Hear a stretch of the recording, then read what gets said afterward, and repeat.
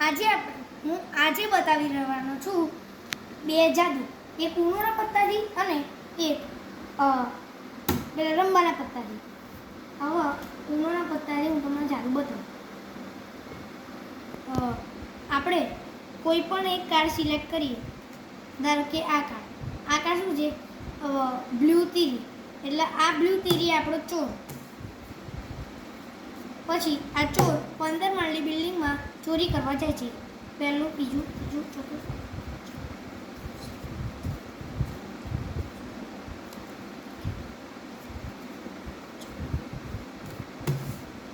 પત્તા આપણા થઈ ગયા.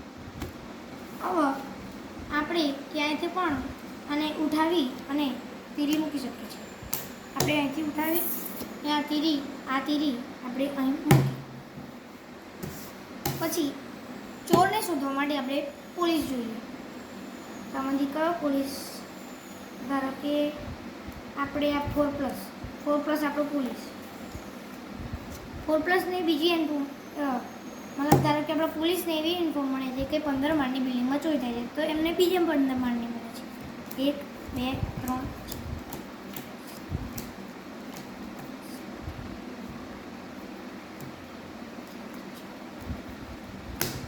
15 પત્તા આ થઈ ગયા. તો એની અંદર આપણે ગમે ત્યાંથી ઉઠાવીને, ધારો કે મેં અહીંથી ઉઠાવી, અહીં મૂક્યું. હવે પોલીસ ચોરને પકડવા માટે બિલ્ડિંગમાં ચેક કરવા જાય. આ પોલીસ અહીંયા જાય છે. એટલામાં આ બિલ્ડિંગનો ચોર આ બિલ્ડિંગમાં જતો રહે છે.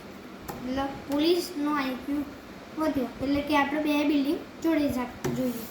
2 બિલ્ડિંગ જોડે જોશે. જે છેલ્લું પત્તું નીકળ્યું તે આપણો ચોર હશે. તમને ખબર હતી કે બ્લુનો તેરી આપણો ચોર હતો.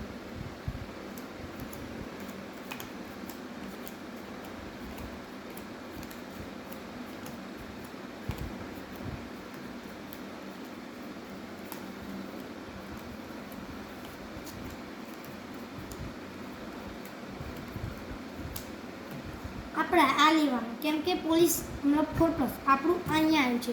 જ્યાં પોલીસ નથી આવ્યા ત્યાં આપણે તે પત્તાને આપણે સાઈડ મૂકી દેવાનું. હવે ફરતી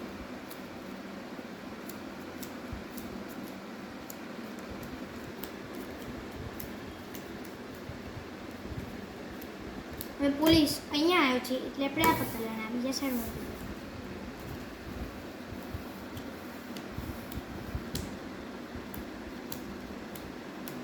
પોલીસ અહીંયા એટલે આપણે આ પત્તા.